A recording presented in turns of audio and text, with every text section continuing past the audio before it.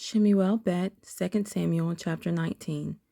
And it was reported to Joab, See, the sovereign is weeping and mourning for Absalom. So the deliverance that day was turned into mourning for all the people. For the people heard on that day, saying, The sovereign has been grieved for his son. And the people stole back into the city that day, as people who are ashamed steal away when they flee in battle. And the sovereign covered his face, and the sovereign cried out with a loud voice, O my son Absalom! O Absalom, my son, my son!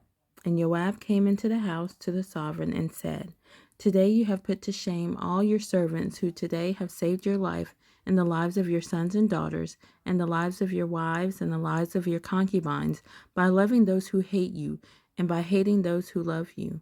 For you have made it clear today that you have neither commanders nor servants.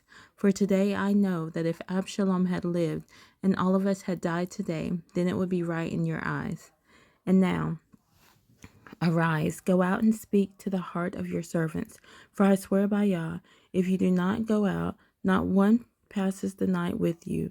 And that is worse for you than all the evil that has come upon you from your youth until now. So the sovereign rose up and sat in the gate, and they told all the people, saying, Look, the sovereign is sitting in the gate. And all the people came before the sovereign. As for Israel, they had fled, each one to his tent. And it came to be that all the people were contending throughout all the tribes of Israel, saying, The sovereign delivered us from the hand of the enemies. He rescued us from the hand of the Philistines. And now he has fled from the land because of Absalom. And Absalom, whom we anointed over us, has died in battle. And now, why are you silent about bringing back the sovereign? And sovereign David sent to Zadok and Abiathar, the priests, saying, Speak to the elders of Yehudah, saying, Why are you the last to bring the sovereign back to his house, since the words of all Israel have come to the sovereign to his house? You are my brothers, you are my bone and my flesh. Why then are you the last to bring back the sovereign? And say to Amasa, Are you not my bone and my flesh? Elohim do so to me, and more also, if you are not commander of the army before me all the days in place of Joab. Thus he swayed the hearts of all the men of Yehudah as one man, so that they sent to the sovereign, saying, Return, you and all your servants. So the sovereign returned and came to the Jordan, and Yehudah came to Gilgal to go to meet the sovereign, to bring the sovereign over the Jordan. And Shimei, son of Gera, a Benjamite, who was from Bahurim, hastened and came down with the men of Yehudah to meet sovereign David. And with him were 1,000 men of Benjamin, and Siba, the servant of the house of Shaul, and his 15 sons and his 20 servants with him. And they rushed over the Jordan before the sovereign. And they passed over the ford to bring over the sovereign's household, and to do what was good in his eyes. And Shimei, son of Gera, fell down before the sovereign when he had passed over the Jordan. And he said to the sovereign, Do not let my master reckon crookedness to me, neither remember what wrong your servant did on that day that my master the sovereign left Jerusalem, that the sovereign should take it to heart. For I, your servant, know that I have sinned. And see, I have come today, first of all the house of Yosef, to go down to meet my master the sovereign. But Abishai, son of Zeruiah, answered and said, Should Shimei not be put to death for this, because he cursed the anointed of Yah?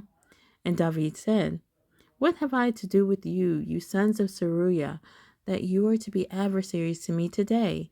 Should any man be put to death in Israel today? For do I not know that I am sovereign over Israel today?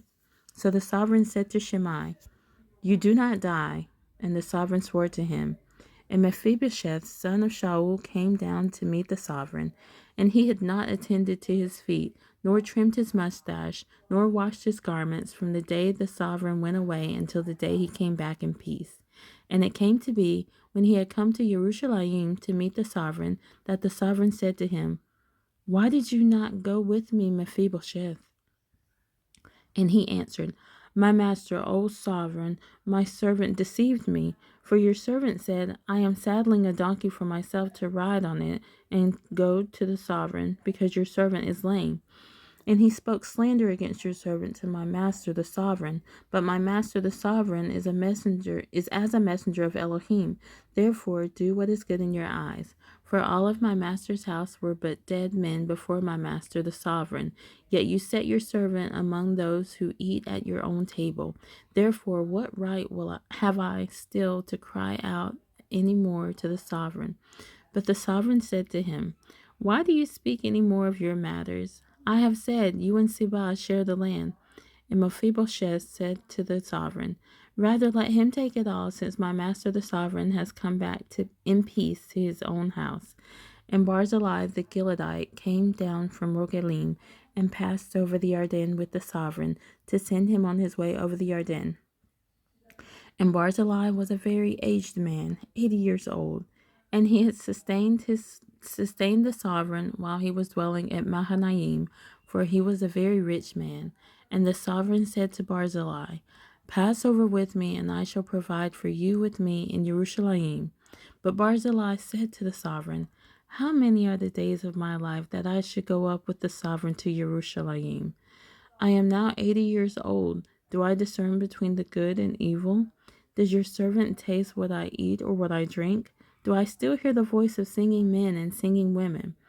Why then should your servant be a further burden to my master the sovereign? Your servant would only pass over the Jordan with the sovereign for a short distance, and why should the sovereign repay me with such a reward? Please let your servant turn back again to die in my own city, near the burial site of my father and mother. But here is your servant Kimham. Let him pass over with my master the sovereign, and do for him what is good in your eyes. And the sovereign answered, Kimham is passing over with me, and let me do for him what is good in your eyes. Now, whatever you choose of me, I do for you. Then all the people went over the Jordan, and when the sovereign had passed over, the sovereign kissed Barzillai and blessed him, and he returned to his own place. And the sovereign passed over to Gilgal, and Kimham passed over with him. And all the people of Yehudah brought the sovereign over, and also half the people of Yisrael. And see, all the men of Yisrael were coming to the sovereign.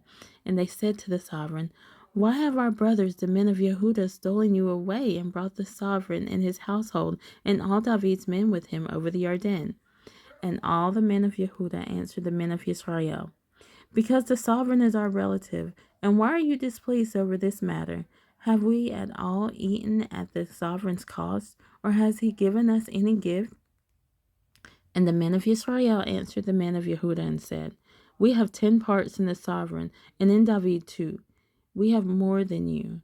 Why then did you despise us? Was it not our advice first to bring back our sovereign? But the words of the men of Yehudah were harsher than the words of the men of Israel.